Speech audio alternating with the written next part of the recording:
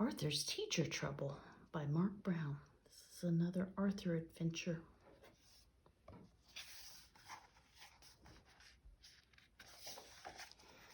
The bell rang. The first day of school was over. Kids ran out of every classroom, everyone but room 13. Here the students filed out slowly in alphabetical order. "See you tomorrow," said their teacher, Mr. Ratburn. "I can't believe he gave us homework the first day," said Arthur. "I had the rat last year," said Prunella. "Boy, do I feel sorry for you. Make one wrong move," warned Binky Barnes, "and he puts you on death row. He's really a vampire with magical powers," said Chris. As everyone was leaving, the principal came out of his office. "Are you ready for the September spell-a-thon?" he asked. "Yay, yes," cheered the crowd. "Who's going to win this year?" asked the principal. "Me," everyone shouted. "If I win again this year, do I get my name on the trophy twice?" asked Prunella. "Not if I can help it," whispered Francine. When Arthur got home, he slammed the back door. "How was school?" Mother asked. "I got the strictest teacher in the whole world," grumbled Arthur. "Have a chocolate chip cookie," said Mother. "Don't have time," said Arthur. "I have tons of homework." "I'll eat Arthur's," said DW. "I don't have any homework." "You don't even go to school," said Arthur. "I know," DW smiled. After dinner, Arthur was still doing homework. "What's that?" asked DW. "It's a map of Africa," said Arthur. "It looks like a pepperoni pizza," said DW.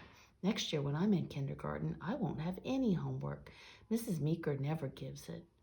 "Mom," called Arthur, "DW is being a pest." "Time for bed," said Mother. "You can finish your map of Florida in the morning." "Africa," said Arthur.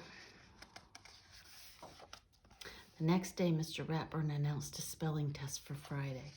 "I want you to study very hard," he said. "The test will have 100 words."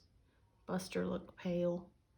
"And," continued Mr. Ratburn, "the 2 students with the highest scores will represent our class at the all-school spell-a-thon."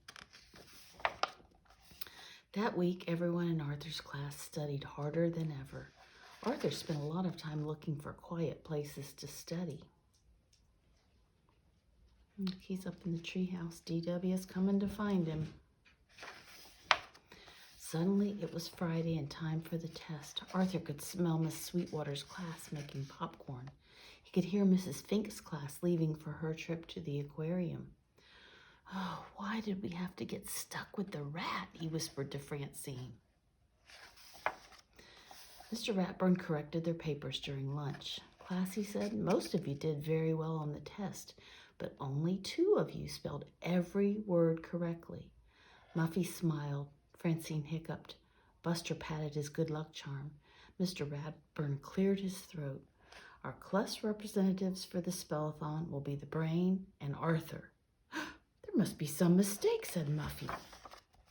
Mr. Ratburn gave Arthur and the Brain each a special list of words. "Just study these, and you'll be ready for the spell-a-thon in 2 weeks," he said. Arthur's family helped him study. Grandma asked Arthur his spelling words. "How about your CHOREAES chores?" Father asked. "Have you made your BED bed?" Mother added. DW helped too. When Francine and Buster came over, DW answered the door. "Arthur can't play, but I can," she said. "I don't have to study." "I can't believe the spell-a-thon is finally here," said Grandma. "Maybe we'll get a little peace and quiet now," said DW. "Good luck, Arthur," said Mother and Father. From backstage, Arthur could hear the whole school out in the auditorium. "Well, today's the big day," said Mr. Ratburn. "How do you feel?" "I feel fine," the Brain answered. Arthur gulped. "I wish I were still back in bed." The principal welcomed everyone and explained the rules. The Brain had the first turn. He stepped up to the microphone. "The first word is fear," said the principal.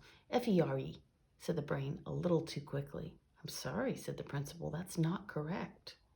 "Are you sure?" asked the Brain. "What dictionary are you using?" Brain wasn't the only one to drop out quickly. The representatives from Mrs. Sweetwater's and Mrs. Fink's class were gone in a flash. Before long, only Arthur and Prunella were left. It was Prunella's turn. "The word is preparation," said the principal. Prunella looked down at her feet. "Could I have the definition, please?" she asked after a moment. "Preparation," the principal repeated, "the process of getting ready." "Of course," said Prunella. P-R-E-P, she paused, E-R-A-T-I-O-N. "I'm sorry, that's incorrect," said the principal. "Now Arthur gets a chance to spell it." Arthur looked out over the audience and took a deep breath. "Preparation," he said. P-R-E-P-A-R-A-T-I-O-N. "Correct," said the principal. Everyone in Mr. Ratburn's class cheered. Look at DW. Then Mr. Ratburn went to the microphone. "I'm very proud of Arthur," he said. "In fact, I'm proud of my whole class.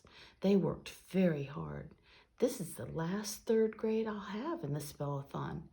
But next year I look forward to a new challenge. Teaching kindergarten." Look at DW. She's worried about what she's in for, isn't she? And that was Arthur's teacher trouble.